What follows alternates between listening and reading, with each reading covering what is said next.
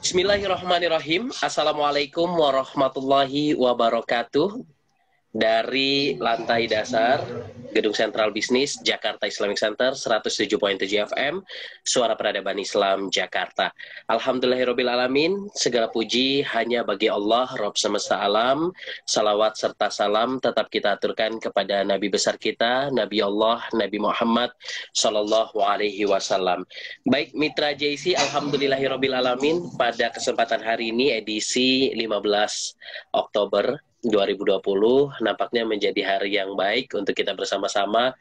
Alhamdulillah kita sudah masuk di sore hari ini. Mudah-mudahan mitra masih semangat dan terus mencari ridha Allah Subhanahu wa taala dalam segala apapun, pekerjaan apapun, mencari maisha apapun. Semoga apa yang kita dapatkan hari ini menjadi keberkahan untuk kita semua sehingga dapat memberikan hal yang positif untuk keluarga kita di rumah. Hari ini insya Allah akan membahas satu tema yang berkaitan dengan wakaf produktif, konsep dan praktik bersama narasumber yang sudah tidak asing mungkin di ruang dengar Anda mitra JIC di setiap hari Kamis di program BBM program Bincang Bisnis Muslim yang insya Allah kita akan menyapa kedua narasumber kita tersebut. Dan tentunya kalau kita bicara tentang hari ini, kita akan bicara tentang mengenai wakaf. Ya, wakaf ini mempunyai dimensi ekonomi strategis dalam pemberdayaan serta dan peningkatan produktivitas ekonomi masyarakat di Indonesia bila dikelola dengan baik dan intensif. Jadi banyak fasilitas umum yang telah dibangun dengan menggunakan dana wakaf, salah satunya adalah rumah sakit, kemudian beberapa fasilitas umum lainnya. Nah, itu adalah salah satu sekelumit dari hal-hal yang positif ya ketika wakaf itu produktif seperti kayak penanaman jabon sehingga itu bisa bermanfaat untuk kita semua. Nah, hari ini langsung saja kita akan menyapa kedua narasumber kita yang tentunya sudah tidak asing lagi di ruang dengar Anda. Yang pertama adalah narasumber kita yaitu Bapak Dr. Kautsar Riza Salman. Kita akan menyapa. Assalamualaikum warahmatullahi wabarakatuh. Waalaikumsalam warahmatullahi wabarakatuh, Bang Dipo. Apa kabarnya Ustadz Kautsar? Alhamdulillah sehat semuanya. Iya. Bang Dipo juga sehat. Alhamdulillah ya. Baik Ustadz, terima kasih banyak sudah menyempatkan hadir pada kesempatan hari ini. Dan perlu kita ketahui mitra JC bahwa Dr. Kautsar Riza Salman ini merupakan dosen setia Perbanas Sekolah Tinggi Ilmu Ekonomi Perbanas Surabaya dan penulis buku serta pengurus Ikatan Akuntan Indonesia Jawa Timur yang tentunya saat ini kita siaran langsung bersama Dr. Kautsar tepatnya di Surabaya atau Jawa Timur. Baik, terima kasih Ustadz Kautsar. Selanjutnya kita juga akan menyapa narasumber kedua, yaitu Bapak Dr. Nanang Sonhaji, Kaprodi Sekolah Tinggi Ilmu Ekonomi Perbanas Surabaya, serta pengurus Ikatan Akuntansi Indonesia Jawa Timur. Assalamualaikum, Ustadz Nanang. Waalaikumsalam warahmatullahi wabarakatuh, Bang Dipo. Apa kabar Ustadz Nanang? Sehat selalu? Mudah-mudahan sehat ya Ustadz ya. Alhamdulillah, sehat Bang Dipo. Baik, Alhamdulillah. Baik, saat ini kita sudah menunjukkan pukul 4 lewat ya, pada jam 4 lewat waktu Indonesia Barat. Langsung saja kita akan mengupas mengenai wakaf produktif, mengenai konsep dan praktek ya. Beberapa minggu lalu kita juga sudah sempat membahas mengenai zakat ya bersama Bang Andi dan Bang Dipo juga gitu ya. Hari ini kita akan bicara tentang wakaf. Nah, untuk itu kami persilahkan untuk memberikan materi pertama yaitu Ustadz Kautsar Riza Salman untuk menjelaskan seperti apa sih wakaf produktif dari konsep dan prakteknya. Kami persilahkan Ustadz Kautsar. Baik, Assalamualaikum warahmatullahi wabarakatuh. Waalaikumsalam warahmatullahi wabarakatuh. Alhamdulillah, wassalatu wassalamu ala rasulillah, wala haula wala quwata illa billah. Senang sekali kembali hadir untuk menemui pemirsa JIC seluruhnya dan juga Bang Dipo. Alhamdulillah, topik yang akan kita bahas ini sangat berkaitan dengan kemaslahatan umat, ya, kepentingan umat, ya, sehingga kita sebagai seorang muslim dan muslimah ya punya empati, ya punya kepedulian ya dalam memberikan kontribusi kepada masyarakat. Nah, kita bahas sekarang adalah wakaf. Setelah pekan lalu kita diskusikan ya terkait dengan zakah, ya maka sekarang kita masuk kepada satu pembahasan wakaf yang bisa ya dikelola dan dikembangkan ya, sehingga dikenal dengan istilah wakaf produktif. Tapi wakaf ini sebetulnya diatur dan dijelaskan Bang Dipo di dalam surah As-Saffat ayat 24. Ya, ini secara bahasa ya, secara bahasa diambil dari situ. Waqifuhum innahum mas'ulun. Ya, waqifuhum, dan tahanlah mereka ya di tempat perhentian ya, kan sesungguhnya mereka itu akan ditanya. Maka yang bisa diambil dari hadis ini bahwa makna kata waqafa ya itu artinya menahan. Ya, kemudian secara istilah dijelaskan oleh para ulama bahwa wakaf itu adalah tahbisul asli wa tasbilul manfaah.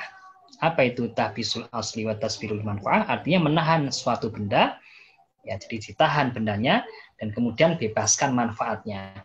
Ya, bebaskan manfaatnya ya kepada siapa? Kepada mauquf alaihi. Ya. Jadi menahan suatu benda. Ya, kemudian yang diberikan ya kepada mauquf alaihi itu adalah berupa manfaatnya. Ini menunjukkan bahwa konsep wakaf itu beda dengan sedekah ya. Kalau sedekah berarti ya seluruhnya diberikan atau seluruhnya dibebaskan, baik bendanya, barangnya dan juga manfaatnya seluruhnya dibebaskan. Ya kalau kita bicara dari sisi sedekah ya. Kemudian juga beda dengan wakaf itu ya beda dengan gade ya. Kemudian juga wakaf itu beda dengan hibah ya. Kemudian wakaf itu juga beda dengan titipan atau wadiah ya. Dan di sini yang menarik sebetulnya ya di dalam pengelolaan dan pengembangan aset wakaf ini ada peran nazir di sini ya, nazir wakaf ya. Nazir wakaf ini yang nanti akan melakukan pengelolaan dan pengembangan. Ya, tentu dalam kaitannya aset wakaf itu tidak hanya kendali fisik Bang Dipo, tapi juga perlu ada kendali hukum, yaitu yang nanti kendali hukum itu yang dikatakan sebagai akte ikrar wakaf AIW ya. Itu harus ada sehingga punya kekuatan hukum yang kuat ya. Nah, aset wakaf itu ya di beberapa negara ya sudah dikembangkan ya dengan cara dikelola dan diproduktifkan, itu yang dinamakan dengan wakaf produktif. Ya, kita kenal adanya wakaf rumah sakit ya di negara Pakistan ya, dan juga di Indonesia sudah ada beberapa wakaf rumah sakit. Kemudian juga ada wakaf tunai, Bang Dipo, wakaf tunai di Singapura ya. Kemudian juga ada wakaf pasar ya dan beberapa wakaf yang lain di Turki dan juga beberapa wakaf yang lain. Kemudian kita coba melihat dan kita telusuri dari sejarah ya, sejarah para sahabat. Karena para sahabat itu adalah ya mereka yang tidak istilahnya kecintaan terhadap hartanya itu ya kalau diberikan pada masyarakat atau kepada umat itu bisa diberikan dalam jumlah yang sangat besar, Bang Dipo. Dan itu sudah kita ketahui dari sirah sahabah. Ketika turun ayat Ali Imran ayat 92 itu di situ dijelaskan lan tanalul birra ya hatta tunfiku mimma tuhibbun. Wa ma tunfiku min syai'in fa innallaha bi alim. Lan tanalul birra ya tidak atau kalian tidak akan sampai pada suatu kebaikan yang sempurna hatta tunfiku mimma tuhibbun. Sebelum kalian menafkahkan sebagian ya dari harta yang kalian cintai. Dan apa saja harta yang kalian nafkahkan, maka sesungguhnya Allah Subhanahu wa taala ya Maha mengetahuinya. Ketika ayat ini turun, Bang Dipo dan juga Mitra JIC ditafsirkan ini ya oleh seorang mufassir ya Ibnu Katsir rahimahullah. Ketika itu Abu Thalhah ya, ketika turun ayat ini datang langsung kepada Rasulullah. Kemudian beliau mengatakan, wahai Rasulullah, sesungguhnya saya itu punya aset ya, aset harta yang paling saya cintai, yaitu tanah Bairuhah, tanah Bairuhah. Dan aku bermaksud untuk mewakafkan, ya, dalam rangka untuk mendapatkan kebaikan yang sempurna di sisi Allah Subhanahu wa taala. Maka manfaatkan kebun ini ya Rasulullah. Jadi kebun kurma yang di tanah Bairuhah itu. Ya, ini pelajaran yang sangat luar biasa dari kisah teladan para sahabat. Jadi kebun kurma yang ada di depan Masjid Nabawi. Ya, kemudian dikelola dan dikembangkan oleh pengelola wakaf, ya. Pada saat itu adalah ya Rasulullah, ya, dikelola. Hasilnya diberikan kepada siapa? Ya, kepada mauquf alaih. Ya, itu konsep dari Al-Qur'an terkait dengan wakaf yang menunjukkan ya bahwasanya orang yang berwakaf itu, Bang Dipo dan juga Mitra JIC, ya, akan mencapai pada kebaikan yang sempurna. Ini dicontohkan, langsung dipraktikkan oleh para sahabat ketika turun ayat. Dan ini tanah Bairuhah ini itu adalah tanah yang sangat produktif. Yang hasilnya itu nanti digunakan untuk kemaslahatan umat, ya, untuk orang-orang fakir miskin dan seterusnya. Satu contoh yang lagi adalah kisah teladan wakaf produktifnya Umar bin Khattab. Beliau punya tanah di Khaybar, ya, kemudian beliau meminta nasihat, ya, kepada Rasulullah terkait dengan tanah yang paling beliau cintai di tanah Khaybar, di Khaybar itu. Kemudian Rasul mengatakan, in syi'ta habasta aslaha wa tasaddaqta biha. In syi'ta habasta aslaha, jika engkau mau, maka engkau tahan hartanya, wa tasaddaqta biha, dan engkau sedekahkan hasilnya. Ya. Kemudian Umar bin Khattab, ya, kemudian menerima nasihat Rasulullah, kemudian disedekahkan hasilnya. Ya, artinya diwakafkan dan kemudian hasilnya itu untuk umat. Dan tidak boleh aset itu dijual, ya, tidak boleh dihibahkan, tidak bisa diwariskan. Ya, infaknya, hasilnya itu diinfakkan untuk para fuqara, ya, untuk kerabat, ya, untuk kepentingan fisabilillah, ya, untuk ibnu sabil, ya. Agak pada satu pengguna, ya, ini untuk kepentingan di jalan Allah. Demikian juga ibnu sabil dan juga fakir miskin, ini sama dengan zakah. Tapi berbeda dari sisi ketika zakah itu tidak harus dalam bentuk aset. Kalau ini engkau tahan hartanya, berarti ada aset yang dikelola oleh badan amil zakah. Kecuali nanti ada juga yang berkaitan dengan wakaf tunai, ya, cash wakaf itu. Nah, ini yang menjadi sebuah pembelajaran, ya, bagi kita, ya, selaku umat Islam, ya. Tentu kita ingin agar mendapatkan kebaikan yang sempurna. Tentu kita juga ingin meneladani kisah para sahabat. Maka hendaknya kita berwakaf, ya, minimal 1 kali dalam hidup kita itu akan kita berwakaf, karena itu akan memberikan pahala yang terus-menerus. Karena di dalam sebuah hadis dijelaskan, Bang Dipo dan juga rekan-rekan CIC, dalam sebuah hadis yang sahih yang diriwayatkan oleh Imam Muslim, ya, dari sahabat Abu Hurairah, idza matal insanu in qata'a amaluhu illa min salasin. Yang pertama, shadaqatin jariyah, au ilmin yuntafa'u bi, au waladin shalihin yad'ulah. Jika manusia mati, meninggal, maka terputuslah amalnya kecuali 3. Yang pertama, sedekah jariyah, yang kedua ilmu yang bermanfaat, dan yang ketiga adalah amal solih, anak solih yang mendoakan orang tuanya. Sedekah jariyah yang dimaksudkan dalam hadis ini dijelaskan oleh para ulama. Salah satunya adalah Al-Hafidz Ibnu Hajar Al-Asqalani. Beliau membawakan satu bab khusus terkait dengan wakaf, bab wakaf di Bulughul Maram. Demikian juga Imam As-Sun'ani dalam kitabnya Subulus Salam. Yang dimaksudkan, ya, dengan sedekah jariyah adalah wakaf. Dan wakaf pertama dalam Islam adalah wakaf yang sudah saya sampaikan tadi, wakafnya Umar bin Khattab. Itu secara konsep dan juga praktek wakaf di zaman para sahabat yang menjadi spirit, ya, kita untuk meneladani kisah para sahabat. Kita juga sudah tahu keutamaan dari wakaf, maka tinggal sekarang kita kita perlu tahu bagaimana praktek wakaf di zaman sekarang, di era kontemporer seperti sekarang ini. Itu mungkin sementara yang bisa saya sampaikan, Bang Dipo, terkait dengan konsep dan praktek sahabat terkait dengan wakaf.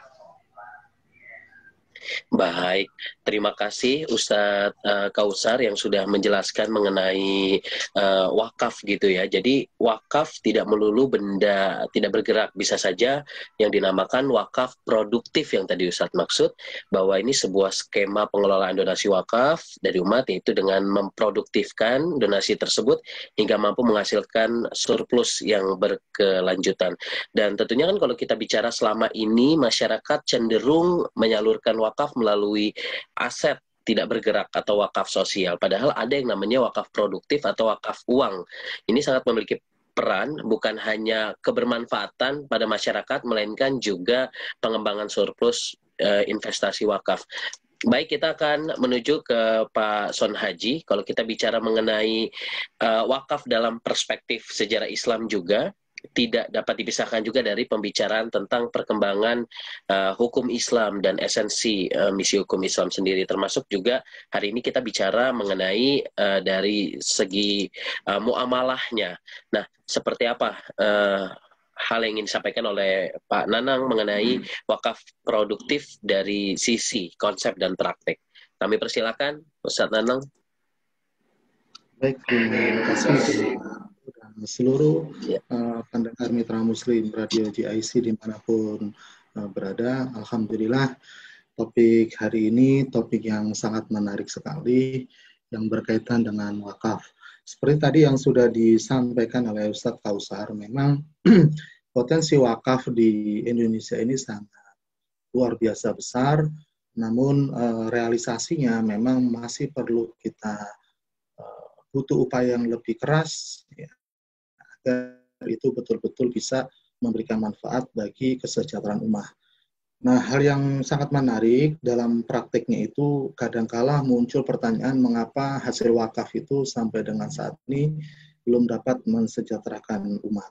Nah, hal ini justru sangat jauh berbeda dengan praktik dan pelaksanaan wakaf seperti yang dianjurkan oleh Nabi Allah Nabi Muhammad SAW dan yang dicontohkan oleh para sahabat serta negara-negara daulah muslim yang dulu memang menerapkan wakaf itu dengan baik ya. Nah, ini kuncinya adalah ketika zaman dahulu mengapa bisa memberikan kontribusi nyata bagi kesejahteraan umat, karena praktek pelaksanaan wakaf itu mereka menekankan pada pentingnya menahan eksistensi benda wakaf. Dan kemudian para ulama salaf, para sahabat Nabi itu memerintahkan ya, untuk menyedekahkan hasil dari pengelolaan wakaf tersebut. Ya, maksudnya pengelolaan di sini adalah pengelolaan yang menjadi benda wakaf tersebut. Nah, inilah kemudian yang menjadi cikal bakal mengapa kemudian wakaf itu lebih diarahkan kepada wakaf produktif. Nah, seperti yang kita ketahui ya dari beberapa hasil penelitian yang dilakukan oleh teman-teman yang memang fokus pada penelitian di bidang wakaf, itu menunjukkan bahwa selama ini harta wakaf itu lebih banyak pada aset yang diam sifatnya, itu hampir 77%, sedangkan yang diperuntukkan untuk wakaf produktif itu hanya 23%. Nah, ini tentu saja kita melihat lebih dalam lagi harta apa yang diam itu sebagai objek wakaf. Ya, ternyata memang distribusinya atau realisasinya itu banyak digunakan sebagai pembangunan sarana tempat ibadah. Ya, kalau kita lihat hampir 79% dari salah satu penelitian yang telah dipublikasikan oleh teman-teman di Universitas Islam Negeri Syarif Hidayatullah itu sampai dengan 79% atau 80% itu memang untuk tempat ibadah begitu. Sedangkan sisanya baru kemudian diperuntukkan bagi sektor yang produktif. Nah, ini tentu saja menjadi hal yang menjadi tantangan bagi kita bagaimana mengoptimalkan wakaf yang produktif ini agar betul-betul memiliki porsi yang cukup dominan atau setidaknya seimbang sehingga pemanfaatan wakaf itu bisa memberikan kontribusi real bagi masyarakat. Nah, tentu saja ini bukan perkara mudah karena memang mau tidak mau gitu ya, profesionalisme dan kualitas dari sumber daya pengelola wakaf dalam hal ini adalah Nadir itu perlu kita tingkatkan, Bang Dipo. Mungkin sementara itu sebagai gambaran pangkalan ketika kita ingin membahas bagaimana praktik sebenarnya wakaf produktif itu agar benar-benar bisa berdampak bagi umat. Terima kasih Bang Dipo, saya kembalikan ke Bang Dipo.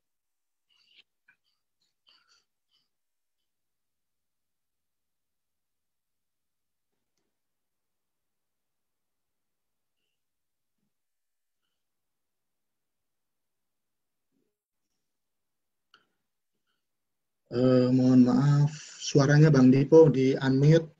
Iya, mohon. Ya baik, terima kasih Ustaz Nanang udah mengingatkan.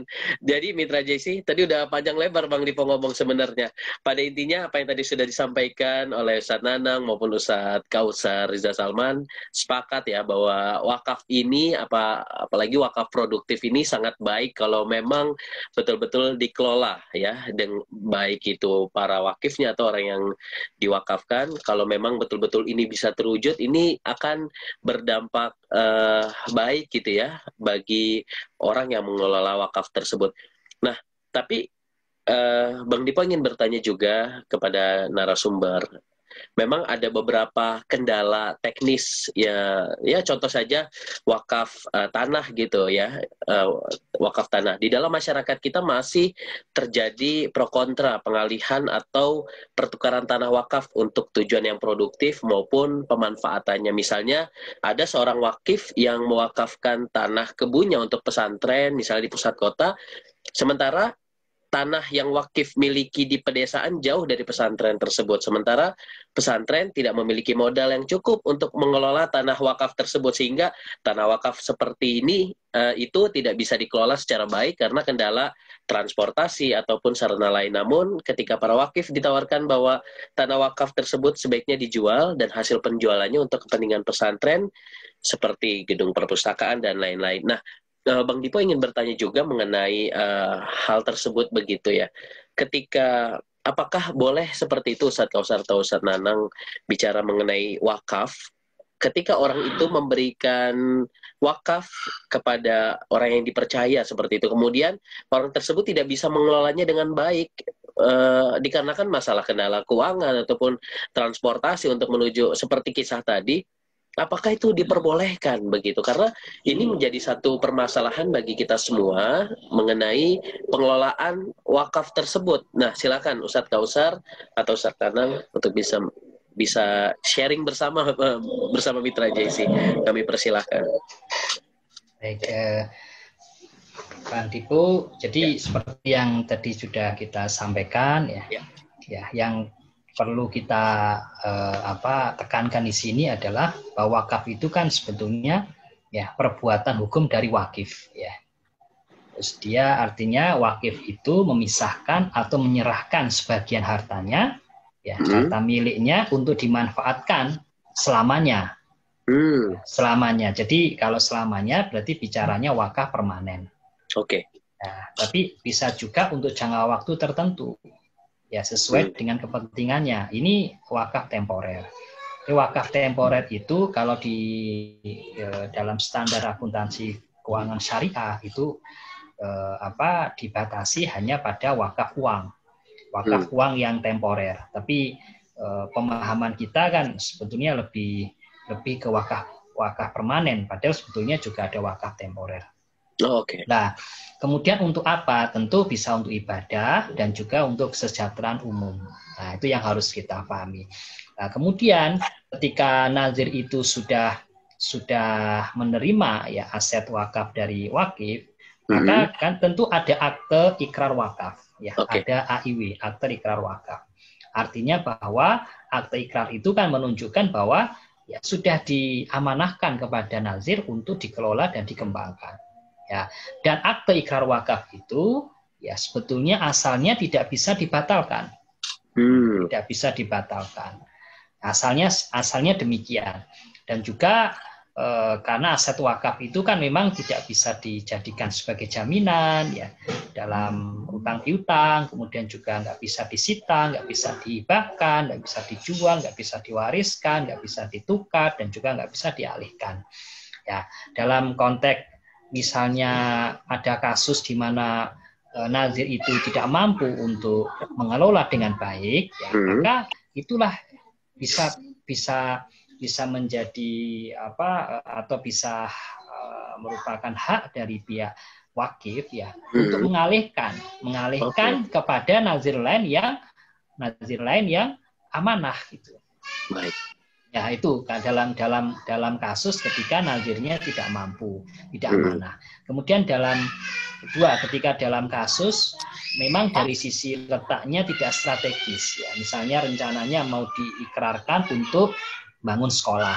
Ya. Ternyata tidak mencukupi ya, dilihat dari sisi persyaratan dan ketentuan untuk minimal harus bangunannya sekian, minimal harus tanahnya sekian gitu kan.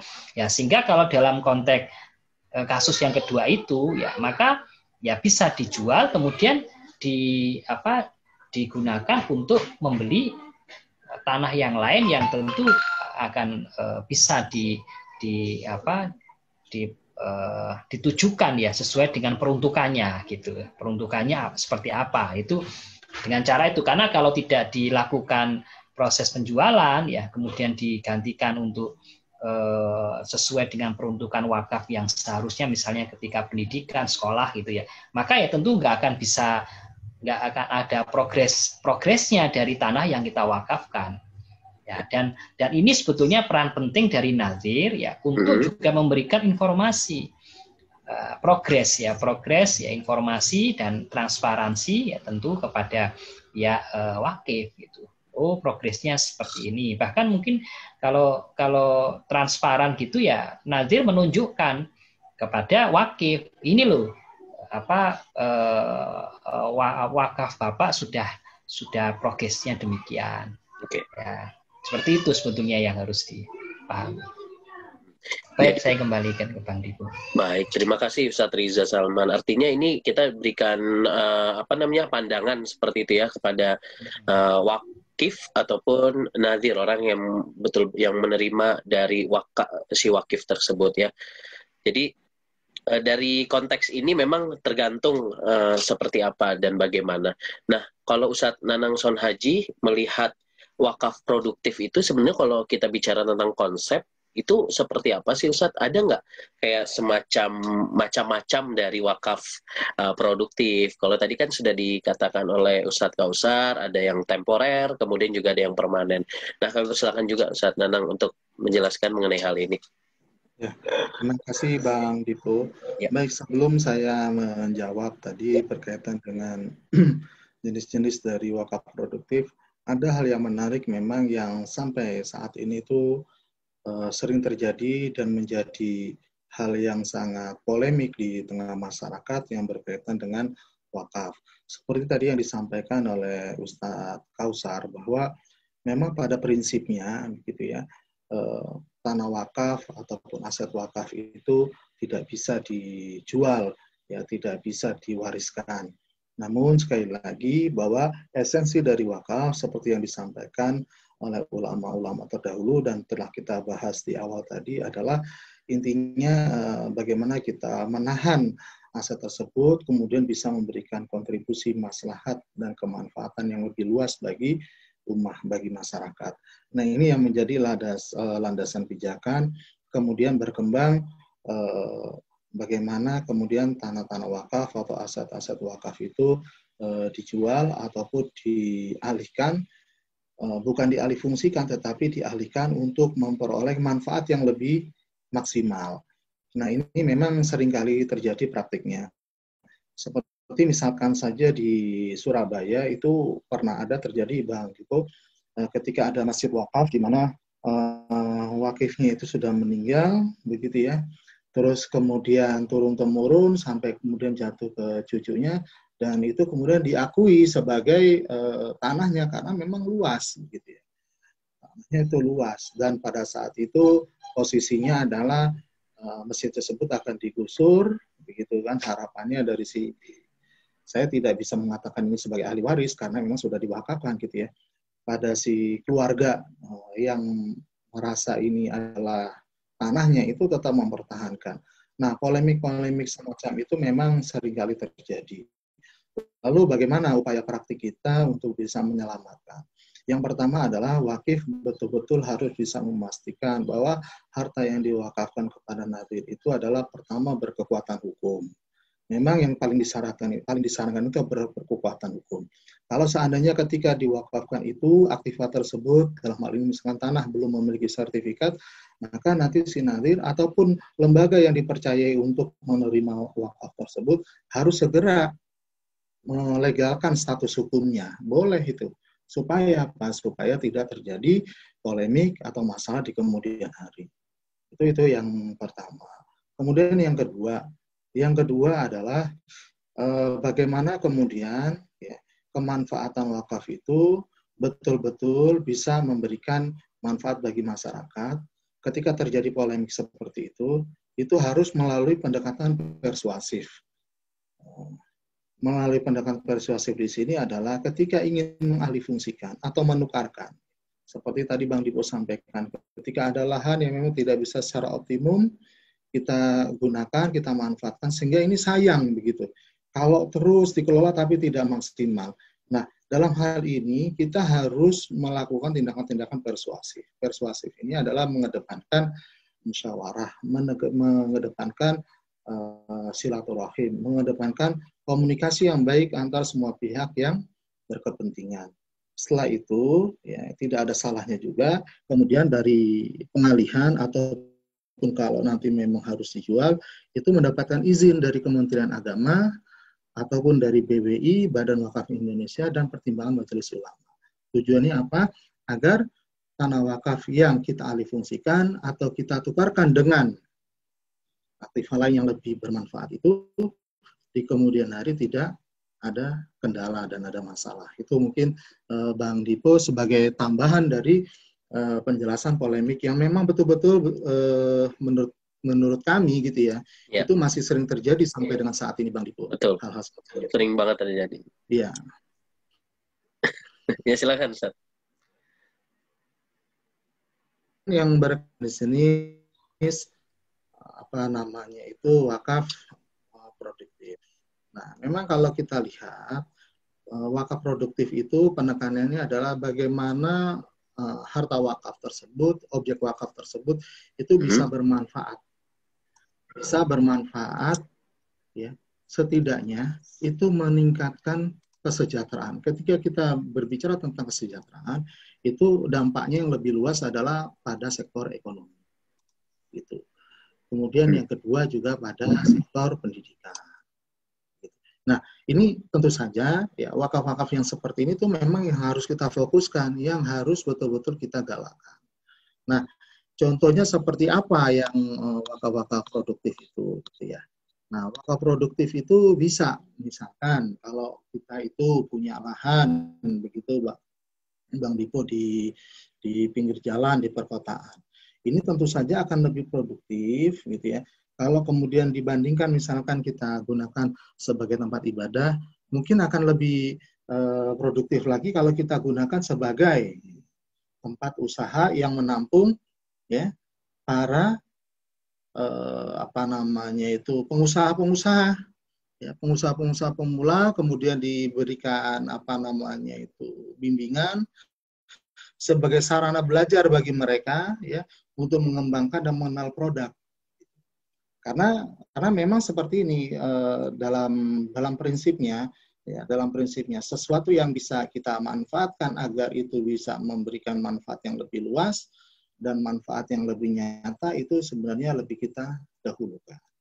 Bukan berarti kemudian tempat ibadah itu kemudian tidak, kecuali memang di dalam area lokasi tersebut gitu ya, itu memang belum ada tempat ibadah dan si wakif itu memang menginginkan untuk dibangun tempat ibadah, maka harus dibangun tempat ibadah. Tetapi ketika si wakif itu kemudian menyerahkan kepada nadhir bahwa saya wakaf ini, kemudian peruntukannya diserahkan kepada si nadhir, maka nadhir harus melakukan analisa, gitu ya, harus melakukan analisa. Ini cocoknya untuk apa? Gitu. Nah, hal-hal semacam itu yang memang perlu dilakukan oleh para nadir supaya dalam pengelolaan wakaf produktif itu bisa tepat sasaran dan bisa menjadi hal yang memberikan multiplier efek atau nilai pengganda kemanfaatannya bagi masyarakat di sekeliling, ya, tempat di mana harta tersebut diwakafkan. Itu mungkin awal, Bang Dipo. Alhamdulillahirrahmanirrahim, nampaknya sudah mulai tercerahkan, mulai dari konsep, kemudian juga praktek. Alhamdulillah, penjelasan begitu cukup sangat mudah diterima bagi kita semua yang saat ini mendengarkan Mitra JC berkaitan dengan wakaf produktif, konsep dan praktek. Nah, kalau kita bicara tentang wakaf gitu ya, ini jujur menjadi satu polemik juga di tengah-tengah masyarakat, apalagi bicara mengenai tanah yang orang tua kita mungkin mewakafkan, ya ketika itu tanah itu ternyata sangat produktif, kadang sering juga diambil alih oleh anaknya yang memang tidak tahu apakah ini tanah wakaf atau tidak. Nah, ini kan menjadi sebuah masalah sebenarnya. Nah, saya juga pengen tahu juga mengenai tentang praktek di lapangan. Apabila wakaf itu bukan dari miliknya sendiri gitu, Ustaz. Kira-kira apa sebenarnya hukum dari segi muamalah gitu? Itu seperti apa gitu? Ketika kita mewakafkan dan ternyata wakaf tersebut bukan tanah kita, ini juga sering terjadi gitu. Oh, ini bukan punyanya orang tua saya gitu, ini punyanya mertua mungkin, atau ini belum diserahkan. Ketika itu sudah berlanjut, ini kan jadi satu dilema juga bagi orang yang yang tadi Ustaz nadhir itu sendiri. Nah, kami persilakan Ustaz. Iya, jadi berkaitan dengan status dari aset wakaf, ya, itu aset yang memang harus dipedomani adalah dari sisi wakif itu harus dia memiliki. Jadi aset itu memang menjadi harta benda miliknya dari sisi wakif itu. Ya, kalau misalnya dia hanya sewa, maka wakafnya tadi yang sudah saya sampaikan wakaf temporer, ya. Tapi sebetulnya juga yang lebih berkembangan, ya, dan juga menjadi sebuah pemahaman bersama di kalangan para ulama itu, ya, wakaf yang diharapkan ya wakaf yang sifatnya permanen. Sehingga yang kita wakafkan ya mesti harus harta benda milik kita sendiri. Yang penting, sehingga ketika nazir itu menerima aset wakaf, ya, maka yang harus dilakukan nazir adalah selain tidak hanya sekedar dia menerima aset wakaf itu, tapi juga harus ada kendali, tidak hanya kendali fisik tapi juga kendali hukum. Ya, kendali hukum itulah yang nanti menjadi dasar bagi nazir untuk melakukan pembukuan berkaitan dengan aset wakaf. Sehingga aset wakaf yang masuk dalam pembukuan, ya, dalam laporan keuangan nazir itu adalah baik yang dia terima secara fisik maupun yang dia punya kendali hukum. Nah, kendali hukum itu ya tentu harus ada akte ikrar wakaf. Jadi itu yang harus di akte ikrar wakaf itu, ya, itu yang menjadi pedoman bagi nazir. Kalau belum ada akte ikrar wakafnya, ya seharusnya belum bisa diakui sebagai aset wakaf. Ya, kecuali Bang Dipo dan juga Mitra DS, kecuali wakaf tunai. Kecuali wakaf tunai, karena memang kalau wakaf tunai itu kendali hukumnya itu dianggap terpenuhi ketika wakif tadi mentransfer dana kepada nazir. Misalnya ada pembangunan ruko, ya, masjid di sekitar ruko, ya, sehingga sebagai penopang sumber dana masjid. Jadi masjid itu tidak hanya tergantung dengan dana infak sedekah dari jamaah, tapi di sekitarnya dibuat ruko, yang nanti ruko itu akan disewakan. Dan di situ dia menerima sumbangan wakaf dari para wakif itu, ya. Ternyata ketika misalnya sudah terkumpul dananya, ya, tentu nanti dibangun dan kemudian disewakan. Nah, itulah yang nanti menjadi penopang dari kegiatan masjid. Dan itu nanti mauquf alainya, pihak yang ditujunya adalah untuk masjid A, masjid B gitu. Sehingga itu yang juga tadi yang juga dipertanyakan Bang Dipu sebelumnya, dalam prakteknya itu bisa sebetulnya di sekitar kita.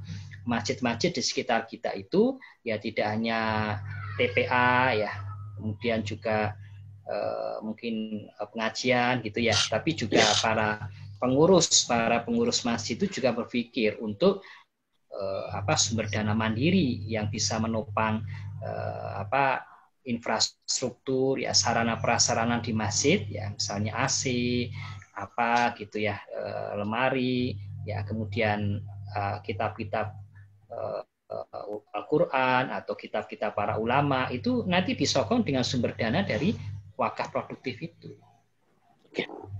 Itu yang bisa saya sampaikan. Baik, terima kasih Ustadz Kausar. Jadi jelas ya bahwa wakif dan nazir itu betul-betul harus paham betul mengenai ilmu ini. Jangan sampai menerima wakif tanpa adanya seperti surat dari surat akta ikrar wakaf. Ikrar wakaf. Dan ini apakah seperti, mohon maaf Ustadz, saya mengambil istilah kayak nikah siri atau misalnya nikah yang secara resmi, artinya untuk mendapatkan ini jadi kita harus ke lembaga wakaf KUA. Oh gitu. Iya, di KUA, di kantor urusan agama, terus di situ ada pihak BWI ya, kemudian juga di situ wakif ya, nazirnya siapa, makanya yang menentukan nazir itu adalah wakif. Di wakif itu sebelum menyerahkan aset wakafnya dia harus pelajari dulu hak prerogatif dari wakif. Oh, ini amanah nazirnya, oh ini nazirnya tidak amanah, ini yang sudah nazir ini sudah sering bangun rumah sakit dan sudah berkontribusi pada masyarakat yang kurang mampu, memberikan pengobatan gratis. Itu yang diserahkan asetnya ke nazir yang sudah amanah tadi. Ya, artinya si wakif dan nazir itu datang ke KUA nanti akan diurus, nanti di situ akan ada akta ikrar wakaf atau lembaga wakaf. Ya, lembaga wakaf tertentu. Nah, Ustadz Nanang boleh ditambahin mengenai pertanyaan tadi gitu Ustadz, polemik yang sering terjadi mengenai aset dari wakaf itu sendiri Ustadz. Ya. Baik, para mitra dan pendengar Radio JIC dimanapun berada, memang apa yang dikhawatirkan ya, dari pengelolaan aset wakaf ini seperti tadi yang disampaikan oleh Bang Dipo ya, dalam pelaksanaannya itu muncul masalah-masalah yang pada akhirnya berpolemik secara hukum. Nah, tentu saja ya, sepakat dengan apa yang disampaikan oleh Ustadz Kausar. Pada intinya adalah kita harus betul-betul memastikan bahwa aset wakaf itu status hukumnya jelas. Itu yang pertama, Bang Dipo. Apapun bentuk wakafnya, status hukumnya jelas. Kalaupun memang itu tidak bisa dibuatkan status hukum formal ya, dalam ini kalau misalkan tanah itu ada sertifikatnya. Mungkin misalkan kalau wakaf tunai itu ada sertifikat atau ada bukti penyerahan wakaf tunai yang diketahui oleh pihak-pihak yang terkait tadi yang disampaikan oleh Ustadz Kausar gitu. Itu penting Bang Dipo. Kemudian yang kedua, ketika kalau nanti ada polemik ya, yang melibatkan atau yang menjadi objek sengketa itu adalah tanah wakaf, maka sebaiknya kita juga melibatkan ya perwakilan dari Kementerian Agama, perwakilan dari Badan Wakaf Indonesia, dan juga ulama-ulama setempat. Harapannya biar bagaimanapun tetap kita harus mengedepankan nilai-nilai kemaslahatan, komunikasi yang baik dan musyawarah untuk mufakat. Itu Bang Dipo. Karena memang selama ini polemik itu terjadi dan terus ya dari terjadi. Ini baru-baru ini aja ini sengketanya itu bukan masalah rumah, tempat ibadah diakui begitu. Saya tuh sampai heran ya Allah. Ini tempat ibadah sudah turun-temurun dipakai sholat Jumat juga terus-terusan sudah berpuluh-puluhan tahun. Begitu sampai di cucunya, mungkin karena kondisi ekonominya sulit atau bagaimana saya nggak tahu. Akhirnya itu diaku dan terus dibawa ke ranah hukum. Yang terjadi adalah siapa yang dirugikan? Kita sendiri sebagai umat muslim itu dirugikan. Rasanya kita malu. begitu ya. Padahal wakaf itu mungkin di awal-awal oleh wakif itu adalah sebagai jalan ridhonya untuk memperoleh amal jariyah. Seperti tadi Ustadz Kausar sampaikan bahwa salah satu amalan yang tidak terputus sampai dengan akhir hayatnya dan terus mengalir adalah salah satunya adalah sedekah dan amal jariyah. Termasuk wakaf ini begitu. Ini kan sebenarnya yang diinginkan lah. Ketika sampai di cucunya ini loh, padahal nggak mengerti itu dulu tanahnya bagaimana cara mengupayakan dapatnya, gitu ya. Karena situasi yang berbeda, kondisi yang berbeda, kemudian nafsu yang berbicara, muncullah polemik. Sehingga apa yang harus kita kedepankan dalam hal ini, yaitu status hukum. Makanya pemerintah itu, Bang Dipo, sekarang sedang menggalakkan seluruh lembaga-lembaga sosial keagamaan sebagai salah satu nadir, begitu yang mengelola wakaf, itu untuk melakukan inventarisir data. Data-data wakafnya itu apa saja dan segera diupayakan untuk status hukum. Harus disegerakan itu status hukumnya. Setahu saya, begitu ya, sekarang ini ada kemudahan, khususnya untuk tanah, ya, agar status hukumnya itu jelas. Ya. Karena memang Bang Dipo ya, seiring dengan pengembangan infrastruktur gitu ya, terutama tanah-tanah wakaf yang ada di perkotaan itu kadang-kala tidak lepas dari proyek pengembangan tata kota. Nah, kalau misalnya nanti tidak ada status hukum, ini juga akan kasihan nanti wakifnya. Dia tidak akan mendapatkan ganti rugi. Masyarakat sekitar pun hanya bisa mungkin demo begitu ya. Tapi ketika itu kemudian diakui sebagai status tanah yang bukan wakaf, artinya milik negara, maka kan ketika digusur itu tidak ada ganti rugi. Makanya sekarang ini ya pemerintah sendiri mengambil kebijakan segera lakukan inventaris, kemudian perkuat status hukumnya. Itu Bang Dipo. Baik, alhamdulillah nampaknya sudah jelas apa yang disampaikan oleh kedua narasumber. Yang pasti ini wakaf ini sepakat ya bahwa harta wakaf kalau dikelola secara produktif hasilnya akan memberikan solusi pada pemanfaatan umat gitu ya. Permasalahan umat utamanya pada masalah ekonomi yang kerap menghimpit kehidupan masyarakat kelas bawah gitu ya. Jadi bukti pengelolaan wakaf yang produktif dan berhasil yaitu seberapa besar manfaat yang dirasakan oleh seluruh lapisan masyarakat, utamanya oleh mauquf alaih, penerima hasil atau manfaat wakaf itu sendiri, sehingga secara otomatis mereka lebih mudah untuk diberdayakan dan mampu hidup secara mandiri. Baik, Ustadz Kausar dan Ustadz Kausar Riza Salman dan Ustadz Nanang Sohaji, karena waktu kita juga sangat terbatas sekali pada kesempatan hari ini, boleh diberikan closing statement mengenai tema kita hari ini, wakaf produktif, konsep dan praktek. Kami persilakan terlebih dahulu mungkin Ustadz Nanang Sohaji, kami persilakan sebagai closing statement. Ya, baik. Terima kasih Bang Diko dan seluruh mitra JIC dimanapun berada. Alhamdulillah.